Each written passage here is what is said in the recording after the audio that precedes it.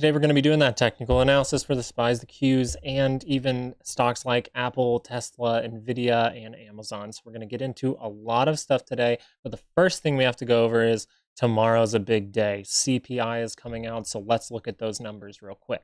Tomorrow we do get that CPI core inflation rate month over month. Previously we were at 0.3 and it looks like we're trying to stay at that 0.3. Okay, core is going to be what we mainly want to pay attention for tomorrow's numbers because that is what the Fed is actually using in order to make their decisions going forward. So if this core inflation rate month over month does start to tick up, that is going to be bad for the market. Core inflation rate year over year, the same stands for that. Okay, previously we were at 4.3 and now we're expecting that to come down to somewhere around 4.1. So if we do see a tick up in the core inflation rate year over year, it is going to mean bad things for the market. And these are just the things that the Fed are mostly paying attention to, but these numbers with the inflation rate and the inflation rate year over year are very important as well. So if we do see tick ups in these, then we can see the market react very badly to this news. Another small thing I'm paying attention to is this initial jobless claims. If we've seen these jobs numbers be kind of bad for the market lately, as in they keep coming in lower. So we are expecting those to tick up, and that actually could be seen as good news for the market. And seeing that tick up in initial jobless claims can hint that the Fed's doing their job and it's starting to work. So the ultimate worst case scenario for the market is that the core inflation rate month over month comes in high, the core inflation rate year over year comes in high, maybe the inflation rate month over month, inflation rate year over year come in at consensus, and then the initial jobless claims actually comes in lower than expected. That is a very quick breakdown, but it is as simple as that. These numbers are going to be pretty cut and dry, and if we do get a mixed bag, that's where things could get interesting because of where the SPY is right now. Okay, the SPY is seeing a couple of candles here that don't necessarily tell me that we're going to reverse from these levels, but we could reverse because it's looking like we need some pullbacks on shorter time frames. Overall, it doesn't matter necessarily. I've been saying this for a couple of days. It doesn't necessarily matter what stocks look like on shorter time frames or even a daily at this point. The data tomorrow can 100% flip this, 4 green bars that we've had over the last 4 days on its head, and we could see a full reversal tomorrow. But we also could see this start to give us some strength and extend to higher levels. If you're looking at this from a technical standpoint, and I like to use the 2-hour, we actually do see that we aren't necessarily in those complete overbought conditions right now.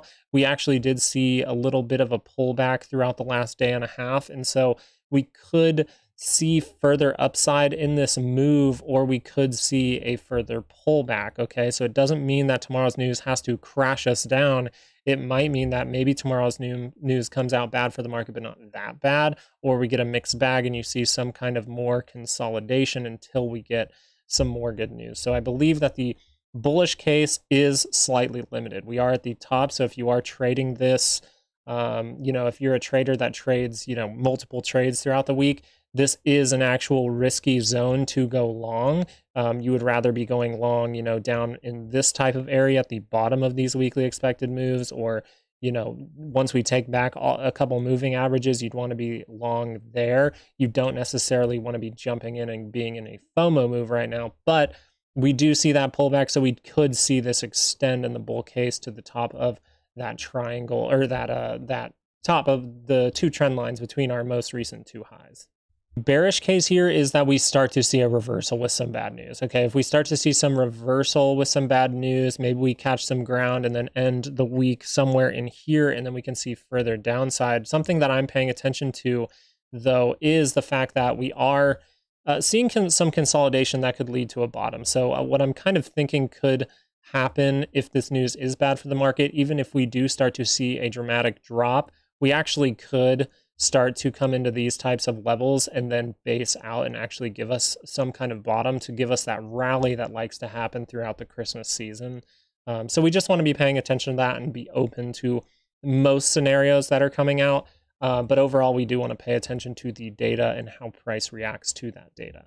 One thing we can pay attention to that might, lead us to a little bit more downside is we did see that pop in the SPY, and this is high yield growth bonds. Okay, so these are some bonds that you can use to kind of give yourself some direction. A lot of the time when high yield growth goes down while the SPY is going up, we do need some kind of pullback. So as you can see right here is Wednesday, the 20th of September, and that is a gap that we are starting to approach up here on the SPY, but you can notice on high yield growth, we're nowhere near that. We're actually getting a red candle today that could indicate that we do need some kind of reversal here. So overall, what I'm paying attention to is I'm not seeing things that are telling me that we have fully carved out a bottom, but I would be open to some kind of bottom in the next few days. But it is overall dependent on that data. So for tomorrow, I'm really paying attention to that data, but I am still keeping things like HYG in mind. On the Qs here, we are approaching the top of our continuation triangle. Okay, we're starting to approach that, and if we do end up gapping higher, let's say in the morning up to these levels, and that news is bad for the market, we could see a dramatic drop to wipe out a lot of that. We did take back this level here, which is that gap fill that I have marked with a white line here. So if we do see some kind of drop, I would be looking for some buyers in this area. But overall, we just want to be paying attention to that data. If inflation is back in this market, most likely we will see at least another touch of the bottom of our continuation triangle, and maybe, maybe at that point we can see some kind of good news at that point to give us some kind of run at the end of the year. And you can kind of see it here, how this RSI is starting to really flatten out, and we really haven't curled over on the 2 hour throughout this run. So we are seeing a pretty good run in this. It's not the most unhealthy. It doesn't look like some kind of really big, squeeze where it's just green bar after green bar going up. So I don't necessarily think it's that, but it does kind of hint to me that if we are approaching this pretty quickly, we're in those overbought conditions if we do approach that in the next 2 hour bar. So we could see some kind of consolidation or pullback before we see more upside. If you are a bear here, I believe that the most downside at this point that we're going to see, if it is a quick sell-off, is another test of this previous low. If we take out that low, it's very important to pay attention to the bottom of this triangle and see how we react from that. I'm overall still paying attention to a full daily close and pretty significant close below this low. Okay, so that's what I'm paying attention to the bear side. Like we said in Apple, the reason that we're looking for some kind of maybe pullback tomorrow is we do like the top of this purple zone in order to kind of trampoline us higher. I think I talked about this with this move here. We do move up, right? And then we use the bottom of that, or the top of that purple zone to then trampoline us even higher. So I do still feel like that is in the cards for us, but it doesn't mean that tomorrow's news can't be pretty dramatically bad and we can head and go touch that 200 right around that 165.79. So I will pull up a daily because I believe that that 200 could come into play, and you see that it's starting to level out with that bottom that we kind of had over on the 28th of September a little bit ago. So we could see a full reversal down to here, and we don't necessarily need to be scared around that point because we do see there might be some divergences forming. Overall, the only thing I would be scared of is if some kind of black swan moment happened at this point. I do believe that stocks do have the potential to have some sort of bull run into the end of the year, and then maybe, just maybe, we actually go make a new high in Apple or in the Qs and in the SPY. We go make a new high, and then something down the line starts to pull us down. Maybe that thing would be these yields over here starting to uninvert. Tesla. Okay, Tesla here, we do say that we are paying attention to a break to the upside on our triangle that we've been in ever since the all-time high, or we're looking for a break to the bottom. Overall, something that could happen is we could see weakness in Tesla and then set up some kind of touchdown here that gives us a divergence on the daily with Tesla. And then we could see what happens from there. If we do see a good reaction, then we will have some kind of maybe divergence even on a daily, and then we can see that maybe play out to the upside and see some kind of extension into the end of 2023. You can see on Tesla we do have some upside. If we look at the 2 hour here, we're seeing that we are getting a pretty high move up, and we haven't gotten too significant of a pullback, I would say, on the 2 hour, but we are getting pretty good consolidation moves. We pop up, we consolidate, we pop up, we consolidate, we pop up. We're consolidating right now. So there is potential in Tesla to go higher, and I still do believe you might run into some problems up in this area because we can see the last time we were in that area, this is where people were selling. If we zoom out just a little more, this is where some sellers are sitting as well. So that's what I'm going to be paying attention to as of tomorrow if that news is good. I'm looking for, if it's a drastic move, some kind of reaction at this top of our triangle. If that news is bad, then I'm expecting our most recent trend to break and give us some kind of either pullback to then try to go to the top of that triangle, or maybe a more dramatic move to go to the bottom, and then maybe earnings or something like that can give us a little bump to the upside to give us some kind of bull run to the end of the year. And you're seeing things like this. I mean, what's the lesson that we've been teaching almost every single episode is we do not short stocks when they get that first crossing on the MACD and see the first green bar. Okay, you're getting a buy signal on Amazon, and it's a little bit late to the party, which is interesting. I figured we would see strength more around this timing, but we actually didn't. So now we're getting that strength, but we are coming right into that gap resistance. And maybe we do need to see further consolidation before we move higher. But as always, I will not be shorting anywhere in this area because I do not short, and I suggest you do not short when we see that first green bar on the histogram, that first crossing on the MACD on a daily chart. And as you can see right here, that RSI is creeping above 50. So we could see an extreme strength move in Amazon very soon. But if we go into shorter time frames, you can see the 2 hour here is starting to approach those overbought conditions right as we get to the gap resistance. So maybe instead of a head and shoulders here, we can start to kind of scoop out a little bit of a cup, right? We're getting a cup perfectly all the way up into these two highs right in here. And maybe now we're going to create some kind of handle to then bring us to the upside and see if we can get some further extension. Now see, NVIDIA actually is violating this wedge that we had going that would have played out to the downside. I would just say most likely because we might need some kind of more significant pullback.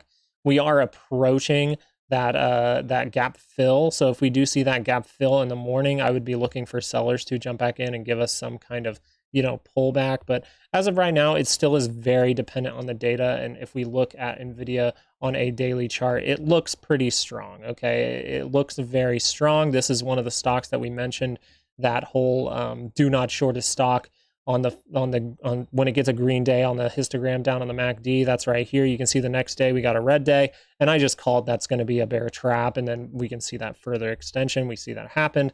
Our ABC pattern has pretty much played out. That ABC pattern was kind of like this on an hourly chart. We have a little bit more upside, and I believe we are going to fill that gap, but maybe we fill that gap and then sellers start to step back in. It's very important to do with the data, though. I mean, all of these tech stocks are very, very dependent on whatever data comes out tomorrow morning. So pay attention to that, keep your stops pretty tight, and then we'll see what happens with that data, because no one's a mind reader. No one knows what those numbers are going to be. And half the time those numbers are changed a couple months later with the CPI.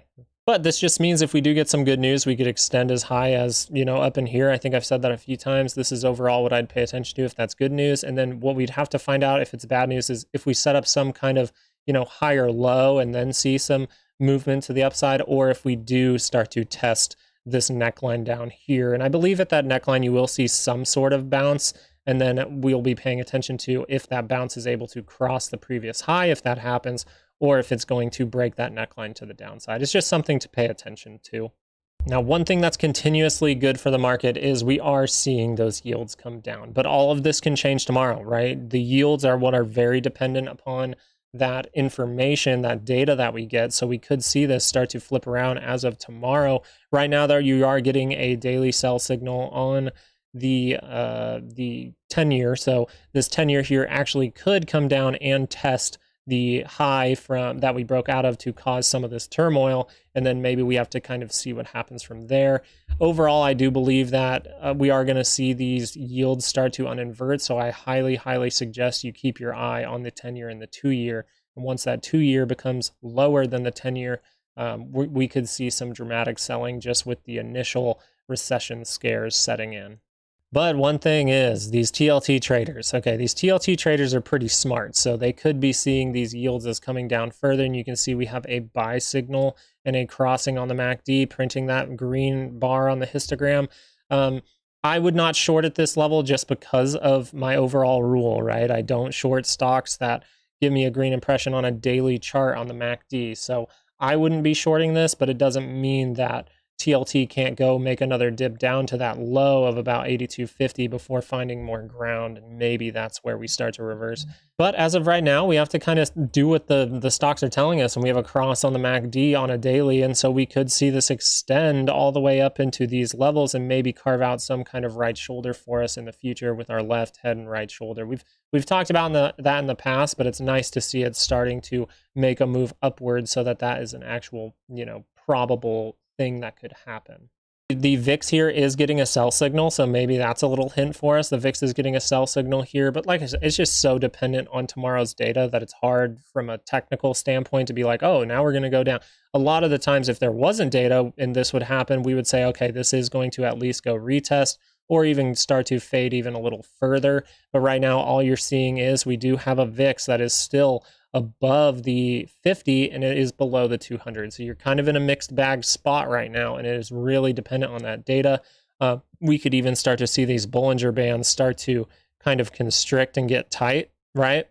Maybe we just kind of fade into it, and then we could get an explosive move either to the upside or the downside in the VIX. So it kind of sucks on days like this that we have to be so dependent on data. I wish it wasn't like that, but we have to deal with these types of things as traders, and right now it might not be the worst idea to not take any trades as of tomorrow and wait to see the full day play out and see the direction that stocks want to go in the near future. The main takeaway from this video is I just took you through a bunch of stocks that look like they might need pullbacks on like a 1 or 2 hour scale. But as we look at dailies, they're looking pretty dang strong. So tomorrow's data is going to be the thing that really decides what is going to happen in this market. Are we going to go higher and see a bull run into the end of the year? Are we going to pull back to a lower level to then give us some kind of divergence to then give us that boom into the end of the year? Or are we going to crash right now? There's a lot of options available. Everything's confusing, and we're not mind readers.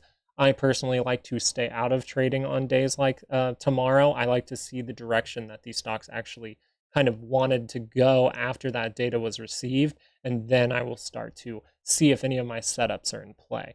I hope you guys have all the luck in the world trading tomorrow. Pay attention to that data. Hope you have a good night. Peace.